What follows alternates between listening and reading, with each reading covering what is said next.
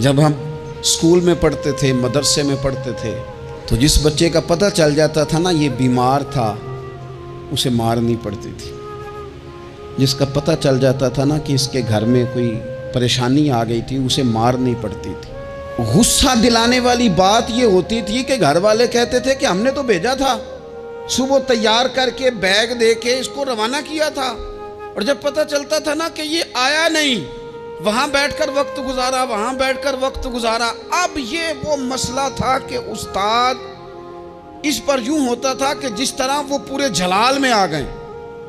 اس بات نے انہیں اتنا غصہ دلا، او تو بیٹھا رہا، جان بوجھ کے نہیں آیا۔ اس کو شدید مار پڑتی تھی۔ جب ہم بڑے ہوئے، کتاب و سنت کو دیکھا تو کچھ چیزیں عجیب سی سمجھ میں آئیں۔ سیاستہ میں حدیث موجود ہے کہ صحابہ کرام علیہم رضوان فرماتے ہیں کہ ایک جنگ کا موقع تھا، تو وہ رستے بڑے سخت تھے، دشوار گزار گھاٹیاں تھیں، بڑی مشکل سے ہم نے وہ راہیں طے کی۔ ہمیں لگا کہ اس جہاد پر ہمیں بہت اجر ملے گا، اور پھر ہمارے دلوں میں یہ بھی خیال آتا تھا کہ فلاں فلاں فلاں فلاں تو صحابی آئے نہیں، وہ تو گھر میں رہے۔ اللہ کے محبوب صلی اللہ تعالیٰ علیہ وسلم نے ہمارے ان خیالات کو بھانپا اور کریم فرمانے لگے تمہیں اس جہاد پر بڑا اجر ملے گا، لیکن یاد رکھنا تمہارے کچھ بھائی ہیں جو گھروں میں بیٹھے ہیں، مجبوریوں نے، آزمائشوں نے، پریشانیوں نے، عذر نے انہیں آنے نہیں دیا۔ جتنا تمہیں صبر کر کے، مشقت جھیل کے، سفر کر کے جہاد کا ثواب ملے گا، اتنا ہی انہیں گھر بیٹھے بیٹھے بھی ثواب ملے گا۔ آئے نہیں، یہ کس بندے کا معاملہ ہے جو عذر والا ہے؟ اور اگر کسی کے اجتہاد میں غفلت ہو گئی، حضرت کعب بن مالک رضی اللہ تعالیٰ، یہ بھی صحیح بخاری میں، کل چلا جاؤں گا، حضور تو جہاد پہ چلے گئے لیکن اجتہاد میں غفلت ہو گئی، کل چلا جاؤں گا، پرسوں جاؤں گا، ترسوں، فرماتے میں جا ہی نہیں سکا، حضور واپس آ گئے۔ جن منافقوں نے جھوٹ بولے جا کے کہ یہ مسئلہ ہو گیا تھا، یہ مسئلہ ہو گیا تھا، ان کو تو مل گئی معافی، لیکن میں چونکہ مخلصین میں سے تھا خدا کے فضل سے، اور ہو گئی تھی غفلت، 50 دن نبی کریم مجھ سے ناراض رہے۔ 50 دن اللہ کے لیے کہ تو رب کے رستے میں جہاد کرنے نہیں آیا، 50 دن حضور ناراض رہے۔ فرماتے تھے مدینے کی گلیاں میری تھیں، سب میرے اپنے تھے، پر کریم جو ناراض تھے تو کوئی پھر سلام بھی نہیں لیتا تھا۔ مجھے یوں لگتا تھا کہ مجھے دیکھ کر ہوائیں اور فضائیں بھی رستے بدل جاتی ہیں۔ 50 دن میں مسجد میں آتا تھا، جب میں چہرہ ادھر کرتا تو حضور مجھے دیکھتے، اور جب میں حضور کو دیکھتا تو کریم چہرہ بدل لیتے، میں ویکھاں تے یار نہ ویکھے، تے جدوں نہ ویکھاں ادوں ویکھے، ایڈے نصیب کتھوں تتڑی دے، میرے وچ ویکھن دے ویکھے، غلام فریدہ بوئے یار دے مرنا ہے پاویں ویکھے یا نہ ویکھے۔ ختم ہو گئی بات۔ حضرت کعب بن مالک کہتے ہیں 50 دن کے بعد پھر رب کریم نے میری توبہ قبول کی، اور مدینے والے رسول نے اعلان فرمایا جو عذر کی وجہ سے نہیں جا سکے، مجبوری سے، انہیں گھر بیٹھے بیٹھے ثواب ہے، لیکن جن کے اجتہاد میں غفلت ہوئی، سمجھنے میں غفلت ہوئی، کل پرسوں ترسوں چلے جائیں گے، ان سے 50 دنوں کی ناراضگی ہے۔ کتنے لوگ ہیں جن کی فجر گزر جاتی ہے بستر پہ، زور گزر جاتی ہے پھٹے پہ گپوں میں، عصر گزر جاتی ہے چائے پینے میں، مغرب اور عشاء موبائل پہ لیٹے لیٹے بیت جاتی ہے، اور ان سے آپ گفتگو کریں تو وہ دانشور ہیں، آپ بات کریں تو پنچایت ختم کرنے والے لوگ ہیں، آپ ان سے بات کریں تو وہ عالمی سیاست پر نظر رکھتے ہیں، آپ گفتگو کریں تو شعور کی اعلیٰ گتھیاں سلجھاتے نظر آتے ہیں۔ خدا مجھے ایسی خدائی نہ دے کہ اپنے سوا کچھ دکھائی نہ دے۔ یہ غفلتیں ہیں، یہ شورش ہے، یہ اپنے منہ سے خود میاں مٹھو بننا ہے۔ اس غفلت کو تھوڑا سا توڑا جائے، ورنہ زنگ لگ جاتا ہے صلاحیتوں کو۔ جو لوگ تھوڑے دن موٹر سائیکل نہیں نہ چلاتے، ان کے لیے مشکل ہو جاتا ہے پھر اس کو سٹارٹ کرنا بھی۔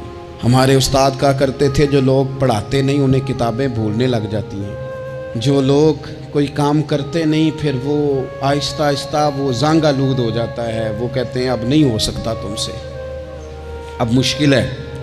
سجنوں، دوستوں، بزرگوں، بھائیوں، جو لوگ شروع میں عبادتوں کے عادی نہیں ہوتے، وقت ضائع کرتے ہیں، بڑھاپے میں دل کرتا ہے توبہ ہو جائے، لیکن اپنے ماتھے کو سجدے کی عادت ہی نہیں ڈالی۔ یہ جسم جھکنا اس کا عادی نہیں ہوا کہ رب کی بارگاہ میں جھکے، اس کا مزاج ہی نہیں تہجد پڑھنے کا، سارا کچھ ہو جاتا ہے۔ میں نے سیاست کرنے والے، پنچایت ختم کرنے والے، چودراہٹ کرنے والے، وزاداری رکھنے والے راتوں کو تہجد پڑھتے بھی دیکھے ہیں۔ میں نے قرآن پاک سے پیار کرتے دیکھے ہیں، میں گواہ ہوں بہت سارے لوگوں کا، یہ کام ہو جاتا ہے۔ شرط یہ ہے کہ بندہ اپنی غفلت کی پٹی تھوڑی دیر کے لیے کھولے۔ دوسری بات یہ کہ ہم خوش فہمیوں میں بڑا زندہ ہیں، بڑا زندہ ہیں، بڑا اوہو، یعنی 2 4 5۔ کچھ لوگ کہتے ہیں اللہ کریم بڑا ہے۔ اللہ اگر کریم بڑا ہے نا میرے بھائی، تو نبی پاک صلی اللہ علیہ وسلم نے فرمایا وہ بڑا بیوقوف ہے جو خدا کی رحمت کی امید بھی رکھے اور اللہ کو ناراض بھی کرے، تو بیوقوف بندہ ہے۔ اگر وہ کریم ہے تو پھر تو محبت میں ہی اس کی بات مان، بات تو پھر بھی نہیں مان رہا۔ کچھ لوگ کہتے ہیں نبی پاک صلی اللہ تعالیٰ علیہ وآلہ وسلم شفاعت کریں گے، بھئی ہمارا تو سہارا ہی اس بات پہ ہے، حضور سفارش کریں گے، پر نبی پاک نے درجنوں جگہوں کہا ہے جو میرے طریقے پہ نہ چلے فلیس منا، مجھ سے نہیں۔ حضور نے فرمایا جو بڑے کی توقیر نہ کرے، چھوٹے پہ رحم نہ کرے، وہ مجھ سے نہیں۔ فرمایا جو ملاوٹ کرے وہ ہم میں سے، تو یہ حدیثیں بھی تو یاد رکھو نا۔ شفاعت کی بات انکار نہیں، حضور گناہگاروں کی ہی کریں گے، لیکن یہ حضور نے جو ہمیں اسباق پڑھائے یہ کس لیے پڑھائے؟ یہ بھی تو ہماری سمجھ کے لیے ہے نا۔ یہ ساری چیزیں ہم نے غفلت بنا کے اپنے اوپر اوڑھ لی۔ اور پھر سب سے بڑی بات یہ، جو لوگ جنت کے وارث اور مالک ہیں نا، کریم محبوب نے فرمایا یہ جو میری بیٹی فاطمہ ہے جنتی عورتوں کی سردار ہے، تو یہ تو جنت کی مالکہ اور وارثہ ہیں، وہ تو ساری رات ہی نماز پڑھتی تھی، تو سارا دن عبادت کرتی تھی۔ پاک سب سے زیادہ تو ان کو تھا، تو یہ تو 1 منٹ کے لیے مصلی سے جدا نہیں ہوئے۔ اور جنہوں نے صرف امید لگائی ہے، کوئی ان کے پاس ڈگری نہیں، وہ بن کے بیٹھ گئے ہیں، وہ کہتے ہیں جناب جنت، مطلب ہم جسے کہیں گے معاذ اللہ وہ جائے گا، دوسرے کو جانے دیتے ہیں۔ اپنی زندگی میں خوش فہمیاں نہ لائیں، یہ غفلت پیدا کرتی ہیں۔ غفلت بڑی خطرناک چیز کا نام ہے۔ جب بندہ غافل ہو جاتا ہے، میں آپ سے ایک بات عرض کروں، حضرت عبداللہ ابن مسعود فرماتے ہیں کہ مومن رائی کے دانے کے برابر غلطی ہو جائے تو اسے لگتا ہے میرے سر پہ پہاڑ کھڑا ہے، اور فرمایا جو منافق ہوتا ہے نا، وہ پہاڑ کے برابر گناہ کر کے کہتا ہے بات ہی کوئی نہیں، فلانا بھی کرتا ہے، یہ بھی کرتا ہے، ساری دنیا کر رہی ہے۔ یہ نفاق کی علامت ہے، اگرچہ بعض نے اسے نفاق عملی کہا، اعتقادی نہیں کہا۔ عزیز دوست، جب آپ چھوٹی گناہ چھوٹی غلطی کرتے ہیں تو پھر وہ چھوٹی چھوٹی غلطیاں پہاڑ بنتی ہیں، چھوٹی چھوٹی۔ وہ حضور نے فرمایا نا، جب تو ایک گناہ کرتا ہے تو تیرے دل پہ ایک دھبا لگتا ہے، نہ توبہ کرے تو دوسرا لگتا ہے، نہ کرے تو تیسرا، پھر دل کالا سیاہ ہو جاتا ہے۔ چھوٹی چھوٹی غفلتیں بڑی غفلتوں کو جنم دیتی ہیں، چھوٹی چھوٹی کمزوریاں بڑی کمزوریوں کو لے کے آتی ہیں۔ اسی طرح بخاری مسلم میں حدیث ہے، نبی پاک صلی اللہ تعالیٰ علیہ وسلم نے فرمایا کچھ لوگ کھلم کھلا گناہ کریں گے قیامت کے قریب، اعلانیہ۔ یا رسول اللہ صلی اللہ علیہ وسلم وہ کس طرح؟ تو حضور فرماتے ہیں انہوں نے رات کو غلطی کی تھی، رب نے ان کی غلطی پر پردہ ڈال دیا، انہوں نے سویرے اٹھ کے خود لوگوں کو بتانا شروع کیا، اور دیکھا میں نے رات یہ کیا، معاذ اللہ۔ فرمایا جب انہوں نے اللہ کے پردے کو کھولا تو پھر رب نے بھی ان کا پردہ کھول دیا۔ او میرے دوستو بتاؤ نا، جس کے رب پردے کھول دے پھر کون ہے جو اس کی پردہ داری کرے؟ کون ہے جو پردہ پوشی کرے؟ حضور فرماتے اس نے کھلم کھلا گناہ، فخر سے بتاتے ہیں لوگ یہ کرتا۔ میں بڑے ادب سے عرض کروں گا بزرگوں کی خدمت میں، جو بڑی عمر کے ہیں، جن کی اب اولادیں ہیں، اگر ان کی زندگی میں کچھ ایسی کمزوریاں ہیں تو بچوں کو سمجھانے کے لیے بھی اس کو ڈسکس نہ کریں، ہم یہ کرتے تھے، ہم یہ کرتے تھے، اس کا کوئی فائدہ نہیں، یہ ہم کر کے دیکھا ہے سارا کچھ۔ نہ نہ نہ نہ، جس طرح گناہ ہے اس طرح گناہ کا اظہار بھی گناہ ہے۔ آپ ڈبل جرم کر رہے ہیں، آپ دلیر کر رہے ہیں سامنے والے کو کہ تو بھی کر، خیر ہے، بلکہ ایک نوجوان مجھے ایک دفعہ کہنے لگا جی ابا جی کہتے ہیں میں نے 35 سال یہ کام کیا ہے، یہ سب غلط ہے. تو میں نے ابا جی سے کہا چلو 15 کو سال مجھے بھی کر لینے دو، پھر میں بھی توبہ کر لوں گا.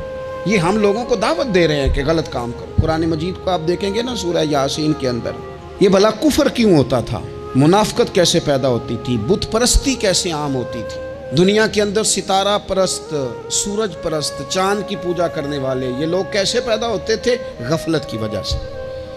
جیسے جیسے یہ اللہ کی بارگاہ سے دور ہوتے جاتے، یہ مختلف قسم کی عبادتوں میں، شرک میں، کفر میں مبتلا ہوتے جاتے. قرآن مجید سورہ یاسین کے اندر ارشاد فرماتا ہے کہ اللہ تبارک و تعالیٰ نے قرآن مجید کو اس لیے اتارا ہے لِتُنذِرَ قَوْمًا مَا أُنذِرَ آبَاؤُهُمْ، تاکہ آپ ان لوگوں کو ڈرائیں جن کے باپ دادا کو نہیں ڈرایا گیا.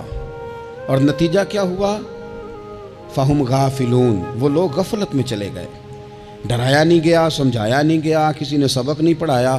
تو میں آپ سب سے گزارش کروں گا کہ خیر کی بات بتاتے رہیں، خیر کی بات کہتے رہیں. خیر کی بات جو ہوتی ہے یہ فائدہ کرتی ہے ہمیشہ. تو غفلتیں اپنی دور کرنی چاہیے.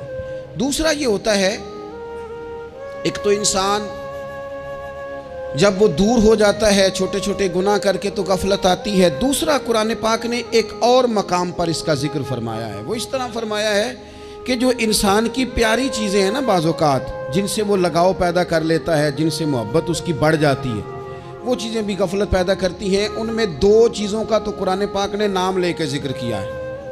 ویسے وہ ڈھیر ساری چیزیں ہیں، 1 2 3 نہیں. سیاست بھی بندے کو غافل کرتی ہے، دوستوں کی کثرت بھی بندے کو غافل کرتی ہے، کھیل تماشا بھی غافل کرتا ہے، پیسے زیادہ آنے لگ جائیں تو وہ بھی بندے کو غافل کرتے ہیں، تعریف کرنے والے زیادہ ہو جائیں تو وہ بھی غفلت میں مبتلا کر دیتے ہیں. بندہ کسی کرسی پہ بیٹھ جائے تو پھر بھی ادھر ادھر دیکھنے کو تیار نہیں ہوتا. یہ ساری چیزیں غافل کرتی ہیں. لیکن 2 چیزوں کا نام لیا قرآن پاک نے، فرمایا یا ایھا الذین آمنوا لا تلھکم اموالکم ولا اولادکم عن ذکر اللہ. فرمایا اے ایمان والو، کہیں ایسا نہ ہو کہ تمہاری اولاد اور تمہارا مال تمہیں اللہ کی یاد سے غافل کر دے. مال اور اولاد، بیوی کو، اولاد کو ایک مقام پہ قرآن پاک نے دشمن بھی کہا ہے. کب؟ جب یہ تمہیں کہیں کہ حرام کما کے لاؤ، جب یہ تمہیں کہیں کہ ہمیں جس طرح کا مرضی مال دو، جب یہ تمہیں کہیں ناجائز کرو، یہ دشمنی کر رہے ہیں تمہارے ساتھ. یہ مال اور اولاد یہ بندے کو غافل کر دیتے ہیں.